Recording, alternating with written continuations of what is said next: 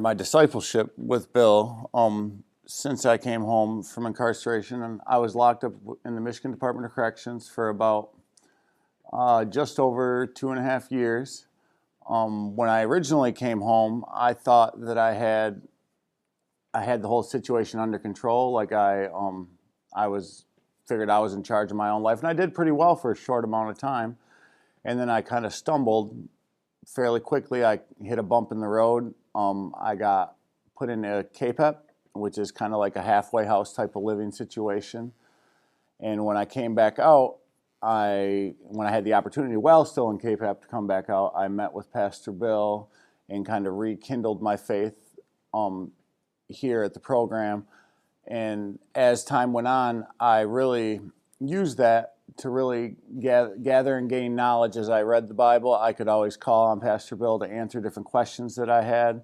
I can remember lots of different situations and instances where I was confused about one thing or another, and how a lot of the different things that happened in the Bible were related to my substance abuse recovery, and how I could use these different situations. It also offered me accountability throughout the whole thing. It allowed me to just be able to check in with somebody. Pastor Bill knew that if he hadn't heard from me for a few days, to reach out to me, make sure that I was okay. It felt good to know that there was somebody out there that really helped me with that sort of thing.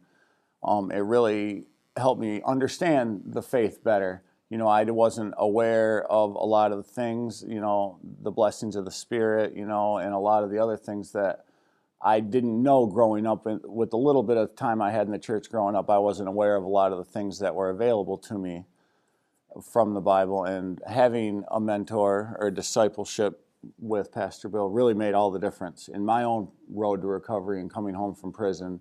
And I wouldn't be sitting where I am today if it wasn't for that. Looking back at my own experience, which I didn't have that, and so I went through all kinds of experiences that I could have avoided that weren't good ones, because there wasn't anybody there to keep you accountable, nobody to ask you the right stuff, nobody to tell you, hey, that probably ain't a good idea to do that, and that kind of thing, and so out of that, I realized, especially, it's for any believer, but especially somebody that's coming out of prison. You've been involved in a lifestyle that is, it's antisocial at best.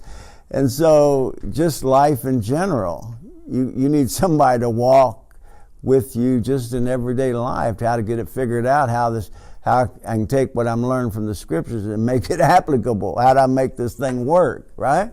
Because that's all it takes. You're on your own, nobody's around, you have a bad day, it gets bad enough, you take off, you go do your thing.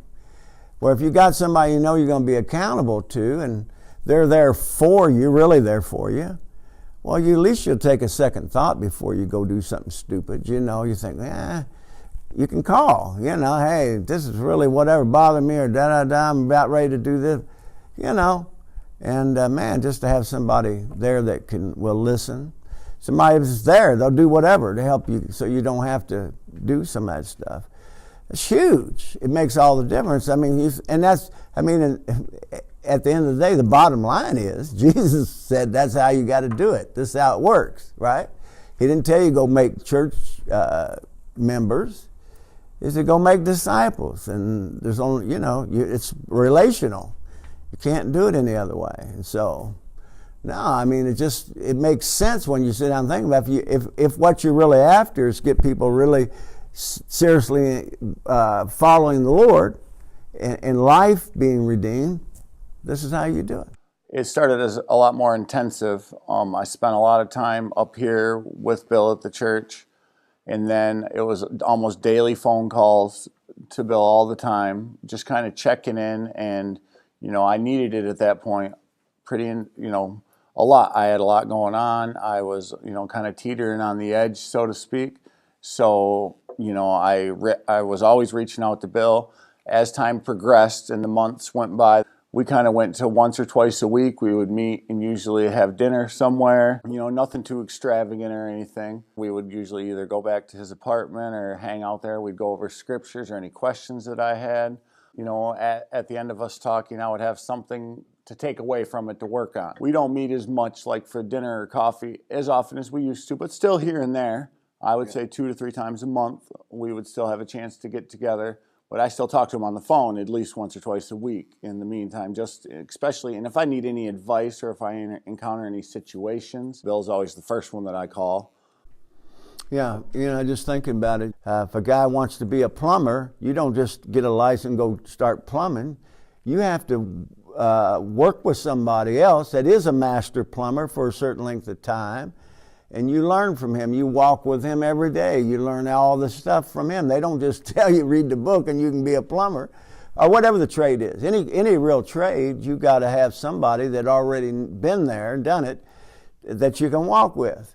And you let them do the work sometimes, you show them sometimes, okay, now you do it. That's, so the principle is there. We have it today, we just don't call it discipleship. Same idea, you just learn how to do life.